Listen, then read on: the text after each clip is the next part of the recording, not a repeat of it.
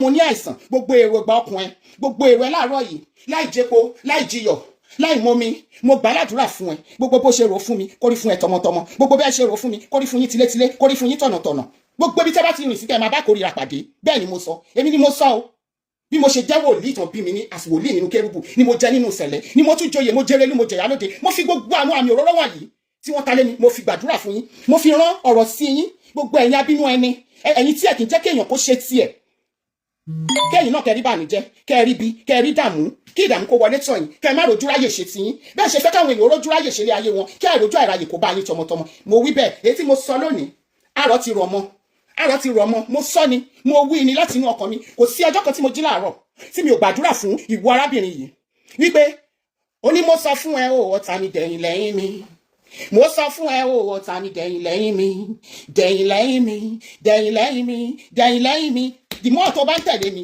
ibi màmá wọ ẹ kiri ni o tí ì rí nǹkan kan o sì máa rí wo o máa rí ṣọ́ọ̀kì ṣọ́ǹbọ lọ bẹ́ẹ̀ ni mo sọ fún ẹ o máa rí ṣọ́ọ̀kì ṣọ́ǹbọ lọ I am telling you this morning today is Sunday I think today is the 9th of February 2025 o máa rí ṣọ́ọ̀kì ṣọ́ǹbọ lọ nǹkan tí ò jẹ́ kéèyàn bá yé aláyé jẹ́ nǹkan tí ò jẹ́ kéèyàn bá yàn lórúkọ jẹ́ èmi lèmi sọ fún ẹ you will see it tó bá léèyàn máa kàn dín nínú iyọ̀ wàá kan ìdí nínú iyọ̀ ẹ ṣó mọ̀ pé tí iyọ̀ bá rí ìdí ó máa kú náà ṣùgbọ́n ìwọ máa kan ìdí nínú iyọ̀ bẹ́ẹ̀ ni mo sọ fún ẹ àwọn tó láyé àwọn tó lọ́run àwọn tó nígun mẹ́rẹ̀ẹ̀rin àgbáyé máa dojú ìjà kọ ẹ ó lè bú ọba kó bú ìjòyè kó bú gbogbo àgbáyé kó mú jẹ ṣùgbọ́n bíbélì ní má ṣe fi ọwọ́ kan ẹni àmì òróró mi ó ti fọwọ́ kàn mí ó ti ń ṣe tipẹ́ bọ́ mo sọ fún ẹ láàárọ̀ yìí mo sọ tàṣẹ mo sọ ti ọlẹ̀ inú mi mo sọ fún ẹ mo sọ ti ẹlẹ́dàá mi wípé má sọ fún ẹ bọ́mọ Èkìtì ni mí ìwọ kì í ṣọmọ Èkìtì ọmọ àlè Èkìtì ni ẹ tó bá ní ìyẹ́ wa láti Èkìtì ó kì í ṣọmọ Èkìtì rárá Èkìtì àwọn Èkìtì àkì í ṣorí burúkú yìí orí burúkú náà ń ṣe òdẹ̀rẹ̀ èèyàn orí èèyàn sọ fún ẹ ṣùgbọ́n ò lè gbọ́ nítorí pé o máa parun ẹni tó bá dẹ̀ ti máa parun bó ṣe máa ń ṣe ló ṣe ń ṣe yẹn ìparun ẹ ti dé tó ná díẹ̀ náà ló kù ojú gbogbo wa ló máa ṣe ó ti ń bọ̀ díẹ̀ mò ń bọ̀wọ̀ Ọlọ́run ó lè má jogún ọdún ṣùgbọ́n gbà tí Ọlọ́run bá máa yẹ̀yẹ́ ẹ nígbà tí Ọlọ́run bá máa yẹ̀yẹ́ tó máa ṣẹ̀ sí ẹ wẹ́rẹ́ báyìí ni ṣùgbọ́n mo fi àsìkò yìí gẹ́gẹ́ bí abiyamọ tí mo jẹ́ ìwọ ọmọ tó jíjí ẹ láàárọ̀ kùtù tí yẹ kó máa gbàdúrà sí ẹlẹ́dẹ̀ẹ́ bó ṣe máa ṣoríire ó gbàdúrà sí ẹlẹ́dẹ̀ẹ́ ọ̀tẹ̀ ló ń bá wọn di kiri ibi tó bá ti ń ba ayé èèyàn jẹ́ ló dúró sí ó bẹ̀rẹ̀ sí ó ń sá kiri láti ẹni tó ń lé ẹ mo sọ fún ẹ tó bá pẹ̀yìn dà kó kúrò níbi tó wà yẹn wàá sáré kẹ̀kẹ́ wàá sáré rélùwé láì rí kẹ̀kẹ́ àbí báwo ló ṣe sọ mo ń sọ fún ẹni wípé wàá ṣìṣe tó bá tètè dẹ̀yìn padà wàá tẹ ojú ilẹ̀ mọ́lẹ̀ bẹ́ẹ̀ ni mo ń sọ ó ti tẹ aṣọ àgbà mọ́lẹ̀ gbogbo yín ti tẹ aṣọ àgbà mọ́lẹ̀ ẹ̀jẹ̀ máa rí ìjà Ọlọ́run nítorí pé ìwọ̀nba tí mo lè ṣe láti ṣe àtúnṣe mo ti ṣe ṣùgbọ́n kò tẹ́ ẹ lọ́rùn ojoojúmọ́ lòun wá fún mi àwọn olórí burúkú àwọn tí ò ní dáa fún àwọn tó máa gbọ́mọ sí mi ò sọ̀rọ̀ ẹ̀rí mò ń sọ láàárọ̀ yìí àwọn tí wọ́n máa tó jẹ́ pé ohun tó dá láyé wọn máa pàdánù ẹ̀ wọ́n jókòó tí ẹ mọ̀ sọ fún ẹ pé kò fobìnrin sílẹ̀ leave me alone but don't leave me alone anymore continue kó máa ṣe nǹkan tó ń ṣe wàá sun ẹkún gbígbóná wàá sun ẹkún gbà tó bá expect omi ó jáde lójú ẹ̀jẹ̀ ló máa jáde lójú ẹ̀ yes I am a professional nurse. I'm not just an ordinary nurse. You understand? Only diagnose are. Only stroke. Only diabetes. Ìwọ kan ló mọ gbogbo ẹ̀. Kò dẹ̀ sí kankan t'Ọlọ́run fi ṣe ìpín mi. Ọlọ́run kẹ́ mi ni. Oni mi ṣeré agad bíi tiẹ̀ tí mi darúgbó ọ̀sán kankan. You understand? So o lè fi mí wé rẹ̀. We are different. Má jẹ́ kí n rò mi fẹ́ rò nínú mọ́ọ̀dù bíi tiẹ̀. Torí ẹlẹ́jẹ̀ yẹn kò sí bọ́n ṣe gbé ẹ̀ tán lọ wẹ̀ fún ẹ. Ó máa padà sínú ẹrọ̀fọ̀ yẹn ni. Leave me alone. Àánú ẹ̀yin tí ọ̀rọ̀ òkàn yín tí ẹ̀ wádìí ọ̀rọ̀. Bíbélì ní wádìí ohun gbogbo dájúdájú kó di ètò ìṣòdodo mú ìwọ tó wádìí ọ̀rọ̀ tó korí bomi gbóná ẹ mọ ṣẹkọ ọmọrogùn òun ló jẹ́ kó torí bomi gbóná ẹ ti torí bomi gbóná o ẹ ti torí bomi gbóná ibi bá bẹ̀rẹ̀ sí bá yín àjálù bá bẹ̀rẹ̀ sí jálù yẹn ní mo bí tó ti wá no wonder we shall see bò mo sọ fún yín mo gbà yín nímọ̀ràn ẹ̀yin Yorùbá ọlọ́tẹ̀ ẹ̀yin ẹni ibi tó jẹ́ pé apọmọrẹlẹ́wẹ̀ ni yín ẹ̀yin apọmọrẹlẹ́wẹ̀ ni yín ẹ̀rí nǹkan tó dá nínú ayé èèyàn láyé yìí ẹ múra sí ẹ bẹ̀rẹ̀ sí tẹ̀lé ìparun tí yín náà máa tó dé inú yín dùn ẹ máa kọ́mẹ̀ntì níbi tó ti ṣe bí ìparun tí yín náà fẹ́ dé I am telling you better stop it now kí Ọlọ́run kó tó náà yín lẹ́gbàá gbígbóná èmi àwọn tó mọ̀ mi tó pọ̀ jù ló wà lórí chat bí láàárọ̀ yìí and they can tell you yes mo ń ṣiṣẹ́ mi mo ń ṣe alága gbogbo ibi tó ń ṣe gbogbo rubbish tó ń kọ yes ìwọ tó jẹ́ pé olè ló ń jà nílùú yìí ní UK bí I don't even know you ní London because ẹ̀yin tẹ́ ń gbé drug tẹ́ ń ba ayé èèyàn jẹ́ tẹ́ ń jíìpù owó báǹkì yes o lè mọ̀ mí ní London mi dẹ̀ lè mọ̀ ẹ́ because mi ò sí ní kákọ́ọ̀sì yẹn you understand tó bá dẹ̀ ní aṣẹ́wó ni mi ò sí nílé ọkọ náà ọkọ tèmi kú ni mi ò kọ́kọ́ you understand gbogbo orúkọ tó bá pè mí gbogbo ẹ̀ ló bá mi lára mu you understand èmi ò jalè gbogbo ìlú tó dé ló ti ń gbá báǹkì wọ́n wá máa pè mí lólè lórí iléeṣẹ́ Àbíkẹ́ Adé foundation ṣé bẹ́ẹ̀ ni mo ní it is mine kí ló dé tọrọ mi tó ń dùn ẹ́ kí ló dé tí iléeṣẹ́ mi bẹ́ẹ̀ nínú jẹ́ 16 years ló máa pé lọ́dún tí wọ́n ti fún wa ní charity registration nílùú yìí bẹ́ẹ̀ ṣe ń gbógun tó wọn ò pè mí sẹ́jọ́ rí, mi ò ní wàhálà kankan pẹ̀lú charity commission rí, nítorí pé èrò yín ò jọ èrò Ọlọ́run, èrò Ọlọ́run ò dẹ̀ jọ titi yín. Inú ìbàjẹ́ yẹn ló dẹ̀ máa kú tí ló máa rà sí, ó máa rí mi ní. Èmi ò ní ìdí àti wá showcase anything fún ẹ, I don't need to. Ó ní mi ò nílé, mi ò ra lé, bẹ́ẹ̀ ni títì ni mò ń sùn. Ó ní mi ò ní mọ́tò, mi ò ní, ẹsẹ̀ ni mo fi ń rìn, ó dẹ̀ lè gbẹ́sẹ̀ lọ́wọ́ mi, I am working. You see, gbogbo èèyàn kan ló máa kọ́lé, gbogbo èèyàn kan ló máa ra mọ́tò, just like pé gbogbo èèyàn kan ló máa bímọ. Do you understand that? Empty skull ẹ̀yẹn understand it? It's in the Bible, gbogbo ẹ̀dá tí Ọlọ́run dákọ̀ ló bímọ. Gbogbo èèyàn kan ló lówó, èmi ò lówó, mi ò dẹ̀ kọ́lé, mi ò dẹ̀ ralẹ̀, mi ò dẹ̀ ra mọ́tò, ẹsẹ̀ ni mo fi ń rìn. In fact, títì ni mò ń sùn. But mi tí wàá tọrọ yàrá gbé lọ́wọ́ ẹ̀. Do you understand that? So leave me alone, leave me the hell alone. But don't, because ìparun ẹ ti dé tán. Ìparun ẹ ti dé tán. Ojú wa ló máa ṣe. Àwọn tó ń tẹ̀lé ẹ, àwọn òpònú àpọ̀dà tó ń tẹ̀lé ojú wọn náà ló máa ṣe. Tó bá ti ṣojú wọn náà kàn máa wò náà máa bẹ́ẹ̀ kẹ́dùn. Wọ́n máa bẹ́ẹ̀ kẹ́dùn, wọ́n bá wọn náà kẹ́dùn dò. Because Bíbélì sọ pé níbi tí olódodo bá ti ń jìyà, tẹ́lẹ̀ṣẹ̀ bá ti ń jìyà, olódodo tó wà bẹ́ẹ̀ náà á máa pín nínú ẹ̀. Mo gbà ládùúrà pé gbogbo yín lẹ máa pín nínú ẹ̀ pátápátá. Gbogbo yín tẹ̀ ń tẹ̀lé, tẹ́ rí òótọ́ ńlẹ̀, tẹ́ lè sọ, tẹ́ lè bá wí, tẹ́ tó jẹ́ wípé bóyá ẹ ti ní secret lọ́wọ́ ẹ̀ kó má bàa sọ̀rọ̀ yín, ẹ pamọ́ síbẹ̀, Ọlọ́run á béèrè lọ́wọ́ yín.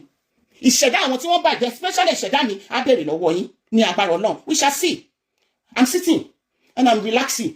I'm enjoying my life. I'm still working. Mi ò dáná sí home sílẹ̀ because I don't want to. N tí mo gbé dání, ó pọ̀ lọ́wọ́ mi rẹpẹtẹ. Bí mo ṣe ní Àbíkẹ́ Adé Foundation ni mo ní Àbíkẹ́ Adé Communication Limited. Nígbà tí ìyálà jẹ́ ò tí register nílùú yìí. Láti ọdún tí mo ti dé ìlú yìí, mi ò gba benefit rí láyé mi. Go on Google it and go and ask. Mo fi ọwọ́ mi mẹ́wẹ̀ẹ̀wá mo fi ń ṣiṣẹ́. Mo kàwé nílùú yìí. Mo ní shop nílùú yìí tí mo gba big shops káàkiri àwọn tó mọ̀ wà níbí báyìí. Yes, mi ò fi ọjọ́ kan báyìí gba benefit rí. I've always been working up to now. I'm over 60, well over 60. Mo dẹ̀ ṣe ń ṣiṣẹ́ mi. Ṣorí pension mi lásán. Pension lásán tí mo ti ní. Mi ò lè tòṣì mọ́ tí máa fi kú, for your information. God has really, ó ti smile on me. And I thank God for my life. Tí bá ń sọ pé mo fẹ́ retire níbi iṣẹ́, àwọn ọ̀gá mi á máa sọ pé why are you retiring? You're still very strong. You don't even look your age. Olórí burúkú kan, ọmọ ẹrọ̀fọ̀ kan, ọmọ ìrankíran, ọmọ tó ń bí nílé eré. Àwa máa wò mí, àwa máa ní irú mi lóun fẹ́ bàjẹ́. Owó tèmi ni mo fi ń ṣe charity. Gone are the days. Nígbà téèyàn ṣẹ̀ṣẹ̀ bẹ̀rẹ̀ nǹkan. Tí èèyàn bọ́ sórí ẹ̀kọ́tẹ̀ àti ẹ̀wá sórí Facebook àtọrọ owó bẹ́yìn ṣe ń tọrọ náà. A máa gbé èèyàn ta nídìí ta fẹ́ràn lọ́wọ́ wá. So tí kéèsì Pius bá rí bákan, it's none of your fucking business. It is my charity. I own it. I own it. I own it. Kò sí èèyàn kankan tó bá mi own it. I own it. So kí wá lè kún ẹ lórí charity mi o. Tí àṣọ́ọ̀ṣì bá gbáyàn, ṣé wọ́n sọ fún ẹ pé family àṣọ́ọ̀ṣì ni mí? Àbí wọ́n sọ fún ẹ wípé èmi làwọn èèyàn wá sanwó fún nígbà tí wọ́n bá àṣọ́ọ̀ṣì dòwò pọ̀? Wọ́n tà wàrà ìpolówó ọjà náà ń pè bẹ́ẹ̀. Wọ́n tà wàrà ìpolówó ọjà náà ń pè bẹ́ẹ̀. Wọ́n dẹ̀ rà nìyẹn. Wọ́n dẹ̀ rí mistake ní díẹ̀. Báwo lèmi ṣe jẹ́ olè? Báwo lèmi ṣe jẹ́ olè fún àṣọ́ọ̀ṣì? Ṣé bí òun náà ni wọ́n náà ń kojú yìí? Kó wo bó ṣe dùn tó, orí bó ṣe dùn tó lè sùn, tó lè wo lórí ẹ̀. Orí bó ṣe dùn tó. Nígbà yí àṣọ́ọ̀ṣì, mo tún tẹnu mọ́. Èmi kọ́ ni mo gbé àṣọ́ọ̀ṣì wá, èmi kọ́ ni mo mọ àṣọ́ọ̀ṣì. Ẹni tó ní iléeṣẹ́ Nàìjíríà FM ló gbé àṣọ́ọ̀ṣì wá kó wá máa sọ̀rọ̀ lórí program mi. Òun náà dẹ̀ sanwó fún not èmi, owó advert ẹ̀.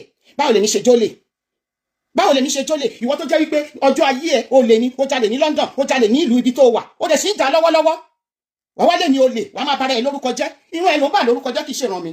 Ìran mi yàtọ̀ sí ìran ẹ̀. Ìran mi ó yàtọ̀ sí ìran ẹ̀.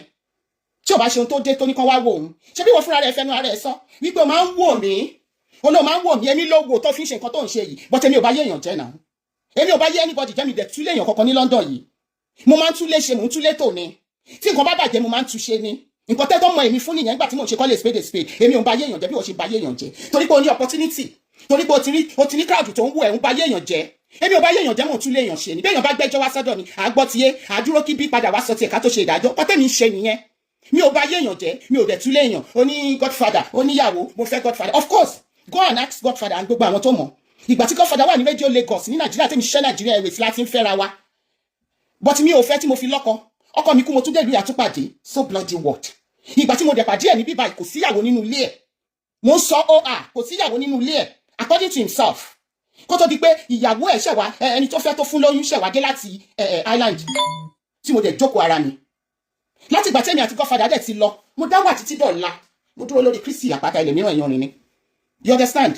Èmi ò ṣara mi lábàṣà tí wọ́n fi tó ń fara ẹ̀ ṣe yìí. Mi ò ṣara mi lábàṣà tó ń fara ẹ̀ ṣe.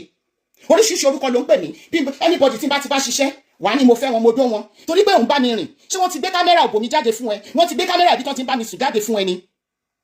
àǹtí mo bá bẹ̀ tí ẹ̀jẹ̀ ń fẹ́ yàn it is my right right to do anything that I like. I'm a widow mi ìdẹ̀ lọ́kọ kò sẹ́ni tó fẹ́ mi kò sẹ́ni tó fòrùka sí mi lọ́wọ́ so kí lẹ́kún ẹ ẹni àbátàkà fi ràtùpà lọ́rọ̀ ẹ tó sọ̀rọ̀ ẹ̀ di àjítaná wò mi ò ráyè tí ẹ mo lọ sin Ọlọ́run mo kàn ní kí wá drop eléyìí èyí tó ṣe pàtàkì ni pé ìwọ tó máa forí ẹ kó jàǹkárí wọ̀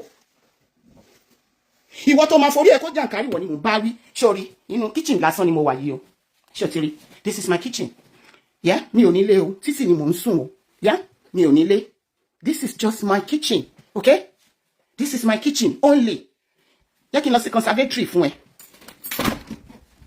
yeah conservatory mi ni sori pé yàtọ̀ síbi tí mo ti wà this is my conservatory and you can see yeah garden ni lẹ́yìn mi so títì ni mò ń sùn mi ò nílé kódà àti jẹun gan ó di ṣòro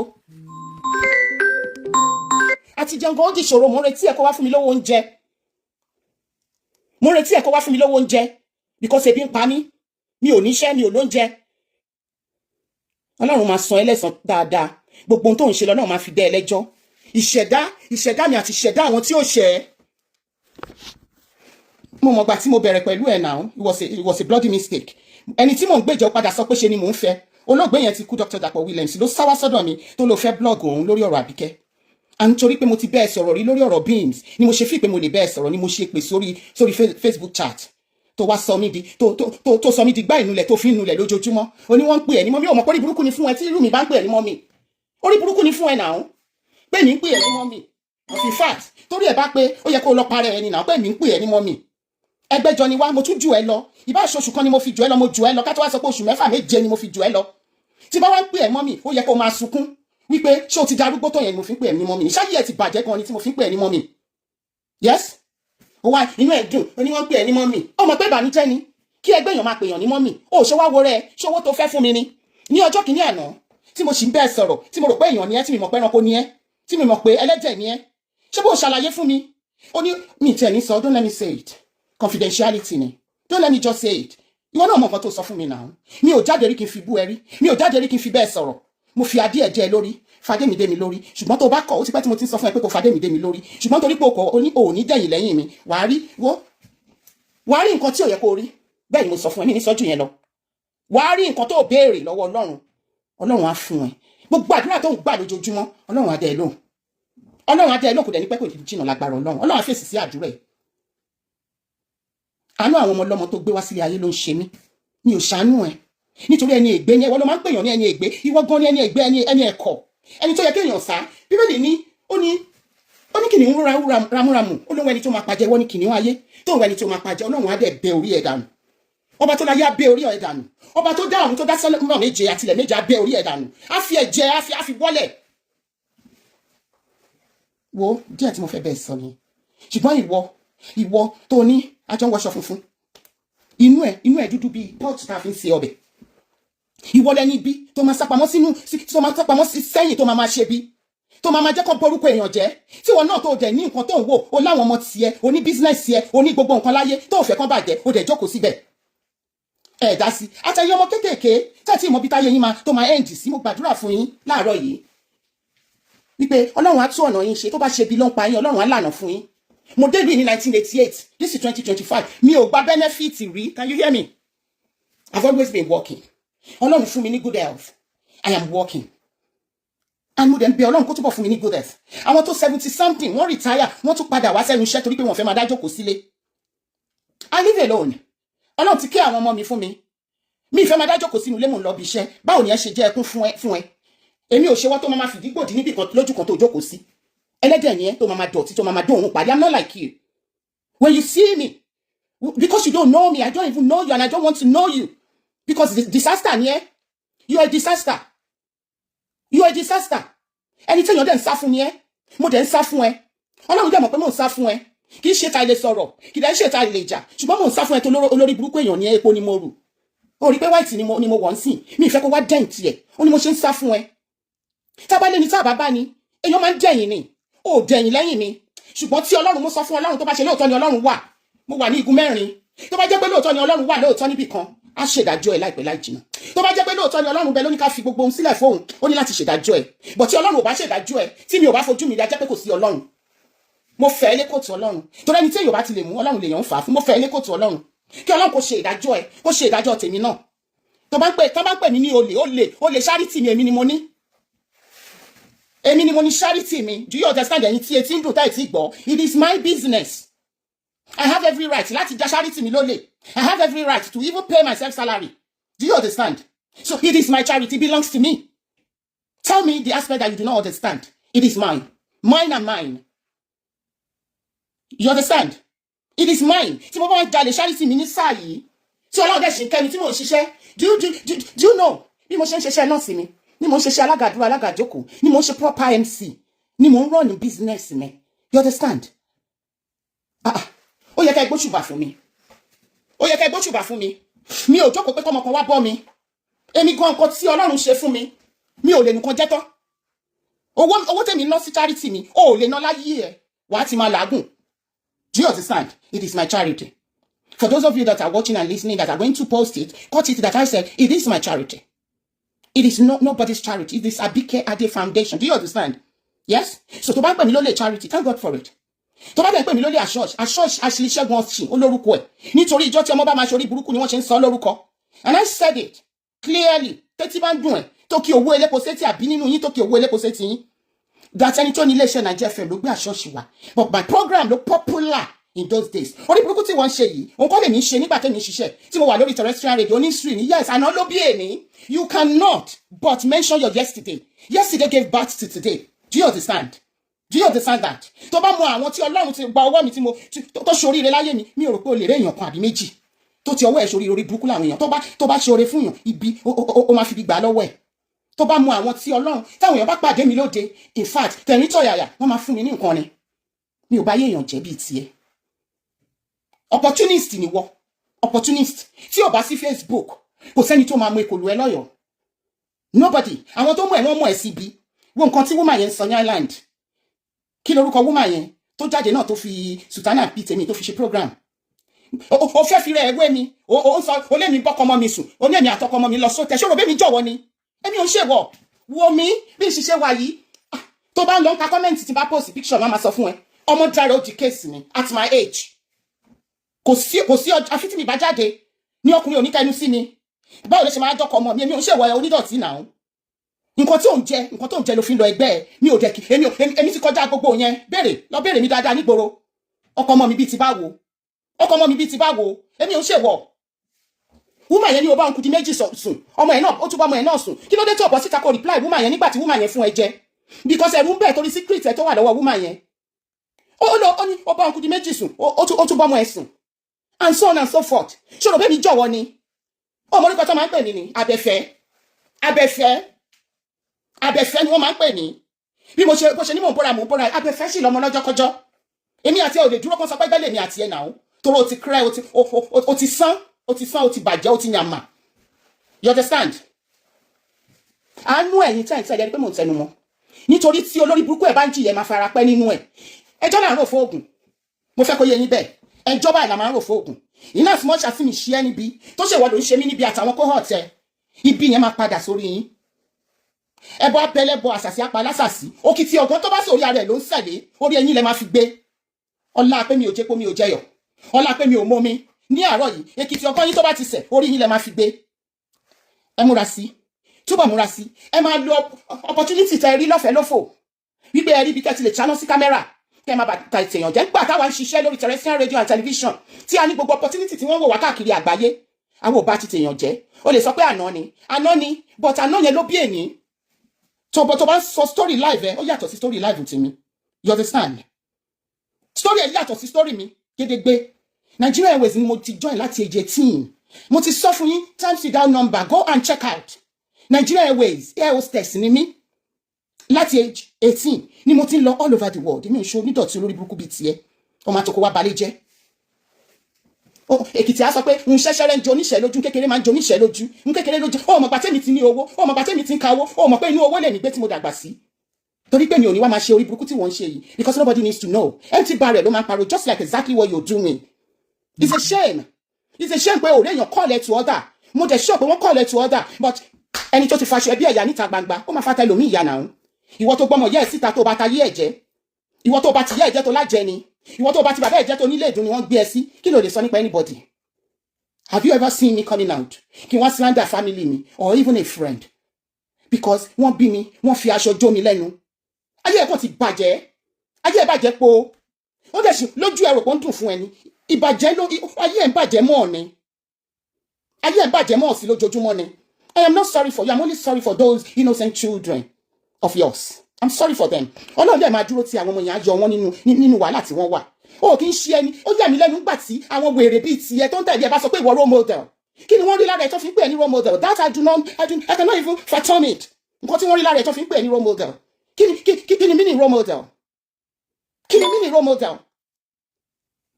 Ìlú yìí ni mo ti ka gbogbo ìwé tí mo kà for your information. It is not far-fetched. Kọ́n tó ṣe máa sọ pé ẹ lọ síbì kan ní Nàìjíríà no SAB0D Polytechnic ni mo lọ ọdún tí wọ́n sọ di university ni mo graduate kúrò bẹ́ẹ̀. Ẹ̀yìn ìgbà yẹn mo wá lọ sí Greenwich University tí mo lọ ṣe nursing láti 1988 tí mo ti dé ìlú yìí mi ò jẹ́ ìjọba UK ní £1 ní £1. I am saying it all. I've always been working. Mo wà agile. Ọlọ́run kẹ́ mi. My mother died at age 94. Ṣó ti yé ẹ?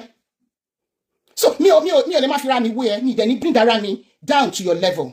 But I'm going to say this. Wọ́n ní bí onírèsí ò bá fi gbámọ́. Ẹyọ kan tó ti fi yẹn kò ní parun láíláí. Tí bá dákẹ́ fún ẹ mo dákẹ́ fún ẹ tó lórí burúkú èèyàn ni ẹ. Abatẹnijẹ́ ń táyé ẹ̀ ti wó tó ti wó tó ń wá tẹlòmíì tó máa fà mọ́ra ni. Ó èmi ò dẹ̀ sí lára àwọn o ti ní enough crowd. O ti máa ń sọ pé ẹjọ́ ń lọ ni. Ẹjọ́ máa ṣorí burúkú ẹ tó máa pàdánù náà ni. But with me, count me out. Count me out of your mess and leave the hell alone. Yes? Ìlú yìí lọ́mọ mi ti ṣetán ní Portsmouth University with first class honor. The whole of this UK celebrated me as a single mother. See me kokotoko ni o that I went through hell. Untobi Abike Ade Foundation here if you don't know today. Kì í ṣe pé wọ́n mi láti dédé ṣe charity. I went through hell after the death of my husband. But I want to become somebody in life. And I thank God for today. And this is me. Mi ò fist lórí ìjọba UK. Iṣẹ́ ọwọ́ mi. In fact, àwọn tax ni náà fi fún ẹ lóúnjẹ. Àwọn tax tí mò ń san, òun náà fi fún ẹ lóúnjẹ. You understand? If every month, tó bá lè máa yọ over £1,000 ní salary mi as tax at the national insurance number for people like you.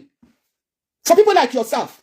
Ẹ̀yin alápá máa ṣiṣẹ́ ọ̀lẹ́ dàrún tó jẹ́ pé ọpẹ́lọpẹ́ Facebook, ọpẹ́lọpẹ́ social media sọ mí dọ̀gá. So ìlú yìí ni mo ti ka 2 universities tí mo lọ. You understand? Kò tí mọ àwọn trainings tí mò ń ṣe even up till now. I am a NHS manager. Do you understand that? Mi ò kí ń ṣe nurse lásán. Mi ò kí ń ṣe band 5, mi ń ṣe band 6, mi ń ṣe band 7. Do you understand that? Ọlọ́run kẹ́ mi ó gẹ̀ mí. If I'm quiet, not that I'm stupid like yourself. It's just that I'm better off you. And I have things to do, to think about. I have my life. Torí pé mi ti wá bọ́ síta kí n sọ pé this is me. So you think you can just come out and open that your gutter mouth? Because gutter mouth ni mouth ẹ. Ọmọ ojú ọ̀rọ̀ lárí tó ń pọ̀ tó sọ ọmọ ẹ̀ ní Ọláníyànnu. Ó lọ́rọ̀ ẹ. Do you know how many people tó nígbà tí bàbá mi kú ní age 87? Do you know how many people tó tẹ̀lé mi lọ láti UK lọ bá mi ṣòkú bàbá mi? Do you know how many people tó tẹ̀lé mi lọ ṣòkú ìyá mi? Do you know how many people tó tẹ̀lé mi lọ tí mo lọ joyè mo lọ ṣe tí wọ́n máa bá mi lọ? I thank God for my life. Gbogbo ibi tí mo bá dẹ̀ dé, ìwọ ló máa sọ pé léèyàn kan ní church kan.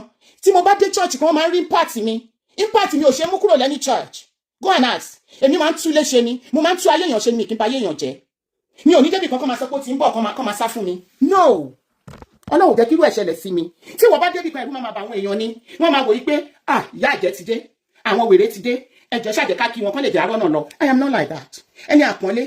Ẹni ṣẹ̀ṣẹ̀ṣẹ̀ lọ́mọdé yọ̀ mẹ́yẹ lèmi. Wọ́n máa ń yọ̀ ọmọ mi ni. You understand? Mi ìdẹ̀ kí n fẹ́ ká yí ọmọ lọ́mọ bàjẹ́. Ní tí mo bá lè ṣe I rally round. That is me. That is me. Wọ́n dẹ̀ máa sọ pé ní tí ò rí nírú ẹni kò lè mọ yẹ ẹni. Torí mo nírú àwọn ọmọ tó dá nínú ilé. Mi ìdẹ̀ fẹ́ ká yí àwọn ọmọ mi bàjẹ́. Tí bá rí ọmọ tó ń ṣe orí burúkú, tí bá lè bá sọ̀rọ̀ mo máa bá sọ̀rọ̀. Èyí tó bá wá bẹ́ẹ̀ sọ̀rọ̀, tó fi ìbínú bẹ́ẹ̀ sọ̀rọ̀, kí ni mo fẹ́ ṣe sí? Ṣé mo fẹ́ lọ dì wọ́n lọ́wọ́ mú ni? Ṣé mo fẹ́ lọ dì wọ́n lọ́wọ́ mú ni? Wọ́n dẹ̀ pé ẹ̀ ní ìyá ò dáhùn. Mo ti máa ń sọ pé ìyá yàtọ̀. Oríṣiríṣi ìyá lówó, oríṣiríṣi abiyamọ lówó, oríṣiríṣi obìnrin ló wà. Kò sí kankan tó jẹ́ nínú ẹ̀. Àfòmọ́ lásán ni ẹ́ lára àwọn obìnrin. Àfòmọ́ lásán ni ẹ́ lára àwọn obìnrin. Mo dẹ̀ gbàládùra fún ẹ. Mo kọ orí mi sí ọ̀run, mo wà lórí ilẹ̀. Mo sọ fún gbogbo ẹ̀dá tó wà ní afẹ́fẹ́ tó darapọ̀ mọ́ ènìyàn tí ó kìí ṣe ènìyàn. Mo sọ fún ìṣẹ̀dá Ọlọ́run tó dá wa ní àwòrán rẹ̀. Mo sọ tàṣẹtàṣẹ tí òdo fi hàn tí ọ̀run fi hàn. wípé tó bá jẹ́ pé níbi kan ni Ọlọ́run wà lóòótọ́ àti lódodo tí ó bá ti ń ṣe wípé a dára wa tó jẹ́ pé Ọlọ́run ló dá wa mo gbà ládùúrà fún ẹ pé wàá rí ọwọ́ Ọlọ́run àti gbogbo yín ẹ̀rí ọwọ́ Ọlọ́run ọwọ́ ènìyàn kọ́ ẹ̀rí rọ́wọ́ mi ẹ̀rí ọwọ́ Ọlọ́run kò dẹ̀ ní pẹ́ kò ní jìnnà tí ojú bá farabalẹ̀ wọn ló máa ń rí mú yes ògbé ni mí mi ò ṣe onídọ̀tí bíi tiẹ̀ kò sẹ́ni tó ń dírẹ́sì fún mi when you see me coming out bóyá mo lọ pàtí ni mi ò fowó ṣe make up I dress myself I look good I look take away everybody want to associate with me not like you nobody want to have anything to do with you because you are a dirty hog. Ìbáyá ẹni ṣe ti wá ń ṣe ságà nìyẹn èmi ò ṣe ságà o mi ò dẹ̀ ní bá ń ṣe ṣùgbọ́n ẹyọ kan yìí máa fún ẹ tó bá tún wá ń sun ẹkún ẹ láti sìn tí Jésù fi máa dé èmi Olúwatómilọ́lá mi ò ní dẹ lóhùn look at me mi ò ní dẹ lóhùn gbogbo èèyàn ti mọ̀ ẹ́ ń sìn kọ́nà the days kó tó di pé o jáde wá kà ó ń sọ fáyé pé gbogbo nǹkan tí mo sọ ara bú ni kó tó dìgbà yẹn làwọn èèyàn ti mọ̀ ẹ́ people knows you like the palm of their hands làwọn èèyàn mọ̀ ẹ́ wọ́n mọ̀ pé ìka èèyàn ní abatẹni jẹ́ ni ẹ́ ara ẹ ló dẹ̀ máa bàjọ́ dẹ̀ tí gba ayé ara ẹ̀ jẹ́ lọ́kọ̀ọ̀kan sìn we shall see ojú ló ń kọ́ ọmọ olè tó ń kájọ lọ́rọ̀ wa tá a bá ní sùúrù ojú wa ló máa ṣe ṣoré mi tó ní mo sanra yìí Ọlọ́run kẹ́mi ni can you see I can cut work for you you know ṣé mo pé orí ìdúró mo wà látàárọ̀ tí mo ti ń ṣe you cannot do it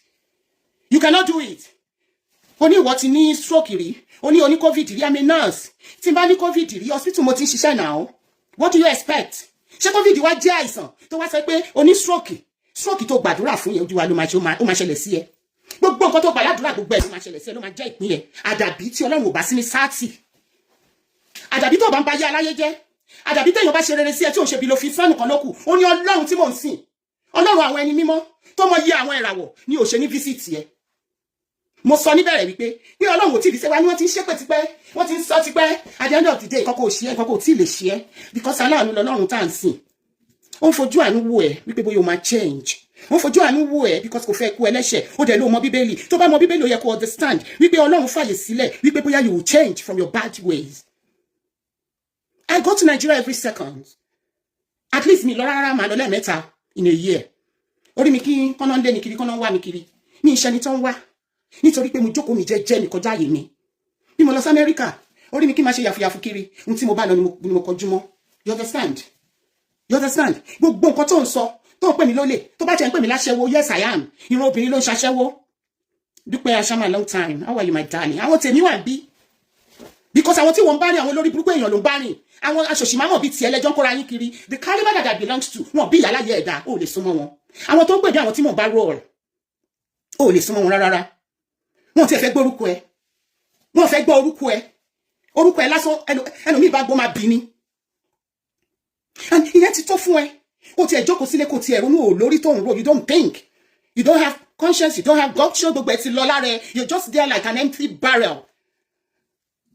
So advice mi ìwọ tó bá jọ ọmọ Èkìtì tó jọ ọmọ Ondo state àti ìwọ tó wá láti other state tí wọ́n bí léere tí wọ́n kọ́ tó gbẹ̀kọ́ kò yẹ kán rí ẹ níbẹ̀ tètè yọrọ ẹ kúrò nítorí nígbà tí ìjìyà ẹ bá máa débi ti Sódómù àti Gòmórà ni ìwọ tó mọ̀ bẹ́ẹ̀ tó kàn tẹ̀lé tó ń comment wàá jẹ́ ń bẹ̀ wàá jẹ́ wàá yóò wà mú mi sí that I can promise you but èmi Olúwatómilọ́lá Àbíkẹ́ yes báwo ló ṣe fẹ́ ní London tó lọ béèrè mi dáadáa ní London sórí gbogbo ó tún sọ lọ́jọ́ kan oníròbò Jésù Apostle Robo olóńgbé mi sùn Apostle Robo my foot go and ask him èmi sí Apostle Robo nígbà tí à ń jẹ́ ọmọge ní London yìí Apostle Robo lè wojú mi excuse me ọ̀rọ̀ bẹ́ẹ̀ mi tó nídọ̀tí bíi tiẹ̀ ọ̀rọ̀ bí mo tó nídọ̀tí bíi tiẹ̀ gbogbo àràkú tó kàn ń rà fún mi yóò máa ń pa mí lẹ́rìn sometimes I just think I'll look at the mirror and I'll be asking myself ìgbà wo ló ṣẹlẹ̀ ìgbà wo ni èmi ò ṣe níṣekúṣe bíi tiẹ̀ tí mo bá máa jẹran tọ́pọ̀lọ́ mi bá máa jẹun ó máa jẹ tó lẹ́ran ni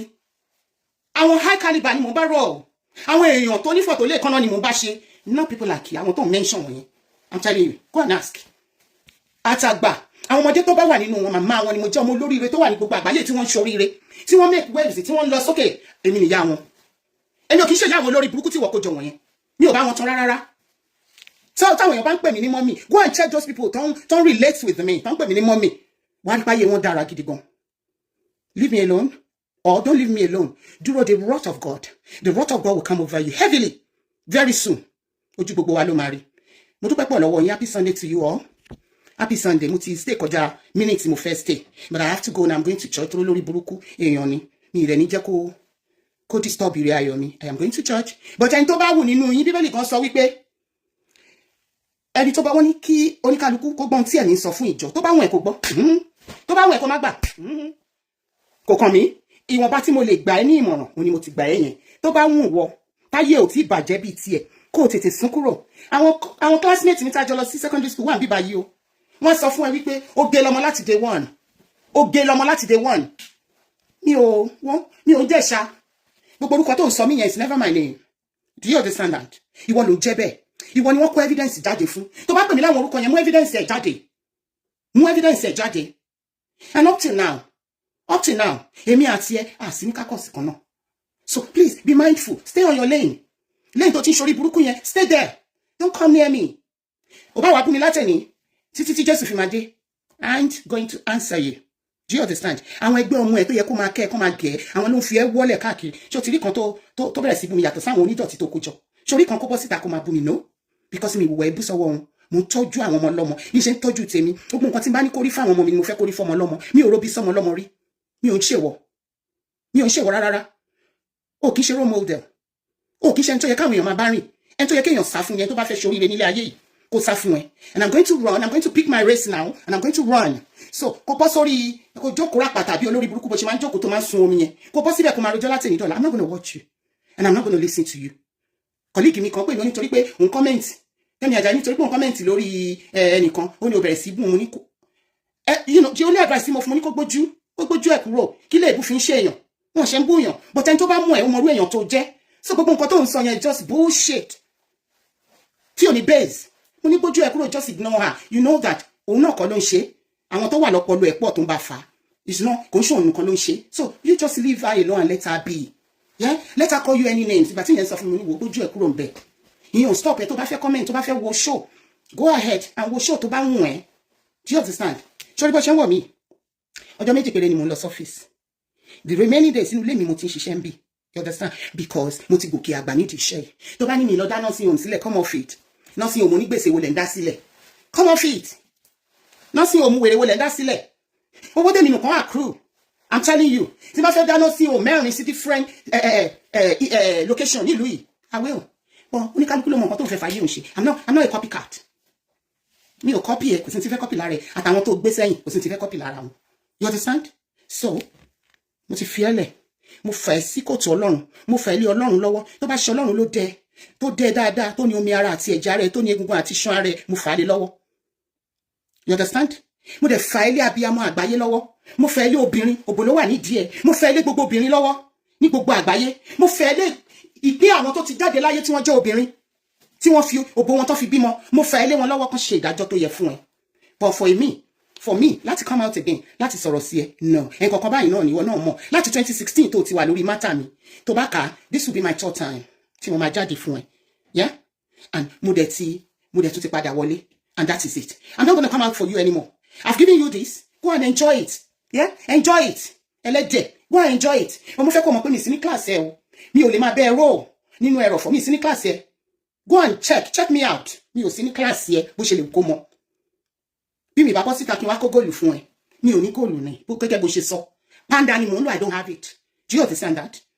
Do you understand that simple English? I don't have it. Yeah? Mi ò dẹ̀ nílé. Títì ni mò ń sùn. Ṣé báwọn èèyàn rí mi tí mò ń wọ bọ́ọ̀sì tí mò ń wọ train? Ṣé bí bọ́ọ̀sì lè gbé mi, train lè gbé mi oní mi ní mọ́tò? Mi ò ní náà. Kí ló fi ń ṣe èèyàn? Tí gbogbo ayé ìbá ní mọ́tò. Do you know wípé UK tí ẹ ti fìgbà kan sọ fún wa wípé wọ́n fẹ́ fèsì gbogbo àwa tá à ń lo mọ́tò. Mo ti gbàgbé pé mi ò lo mọ́tò. Pẹ̀lẹ́ àbúrò mi Adébímpé. Ṣé mo kàn ti fẹ́ fèsì mọ́tò off pé káyé gbé mọ́tò? Ó ní congestion ṣe wà káàkiri. Ó níbi tó lè drive dé. Tí máa fẹ́ lọ sí Central London, I have to park my car. Mo ti gbàgbé. Motorbike mi, kẹ̀kẹ́ ni màá park ẹ̀ síbì kan. Màá ṣe wá wọ train.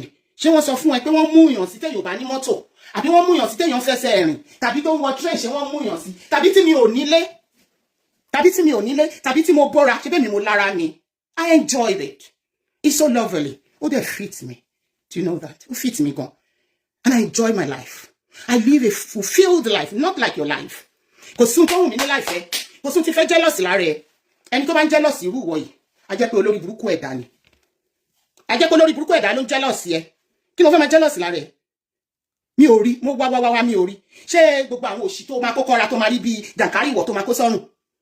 tá máa pariwo tá máa ṣe kólókólókóló tẹ̀lé ẹ lẹ́yìn ṣé yẹn mo fẹ́ jowú lára ẹ ni àbí bó ṣe ń jókòó àbí bó ṣe ń rìn káyú sí ọmọ èmi ni mo rìn fún ẹ yìí mo tún lọ yin Ọlọ́run máa bẹ ṣe fídíò ẹ máa gbé wá fún ẹ àánú ẹ má ṣe mí o àánú ẹ má ṣe mí o Ọlọ́run wà tọjọ́ tó ti gbé paint burúkú sọ́wọ́ tó change ẹ tó lọ change paint yẹn kúrò lọ́wọ́ ẹ onídọ̀tí ni ẹ náà onídọ̀tí ayé àti tọ̀run ni ẹ mi ò mọ reason tó ṣe jáde wá fún sister rí ìkẹ́lẹ́ sí ọ̀rọ̀ ẹ̀ nígbà tí yẹn kó gbogbo evidence síta do you know the consequence ní nursing à ń pè ní evidence base that woman came out with evidence base but instead of you to come out and defend it kí ló ṣe ó kó padà bí ìjàpá tí wọ́n gbá nǹkan mọ́ lórí tó kó padà sínú àkọ ẹ̀ because ọmọ pé òótọ́ ni woman yẹn ń sọ nípa ẹ̀ wọ́n wá pè ní láṣẹ́wó ọkùnrin tí mo fẹ́ kò níyàwó sílé this godfather at that time tí mò ń tẹ̀lé kò níyàwó mi ò dẹ̀ lọ́kọ mi ì dẹ̀ kọ́kọ́ wàá lé mi ò lè mo jẹ́wọ́ charity ṣé bẹ́ẹ̀ ni mo ní charity ni ṣé bí wọ́n ṣe náwó wèrè tó ń ṣe lórí social media ṣé èèyàn kan wá kó èrè ẹ̀ sí ni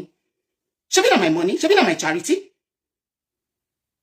àwọn olórí burúkú dédé tó ń tẹ̀lé ẹlẹ́yìn wọn a máa believe gbogbo òṣì tó ń vomit ó kàn vomit shit ni now you understand ó ń vomit shit but anyway I'm going to rest my case here you understand I am going to rest my case mo ń retí ẹ ní alẹ́ kan ló